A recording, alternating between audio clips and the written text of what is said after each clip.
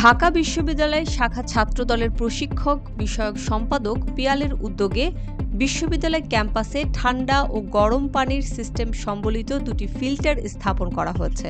৮ মে বিশ্ববিদ্যালয়ের টিএসসি ও কলাভবন ক্যাফেটেরিয়ায় এই ফিল্টারগুলো স্থাপন করা হয়। এ সময় উপস্থিত ছিলেন ঢাকা বিশ্ববিদ্যালয়ের ভিসি অধ্যাপক ড. নিয়াজ আহমেদ খান, প্রো ভিসি অধ্যাপক ড.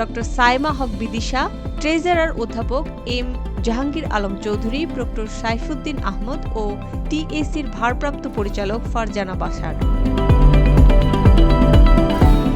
এছাড়াও ঢাবি শাখা ছাত্রদলের যোগাযোগ সম্পাদক জোসেফ আল জোবায়ের আলী,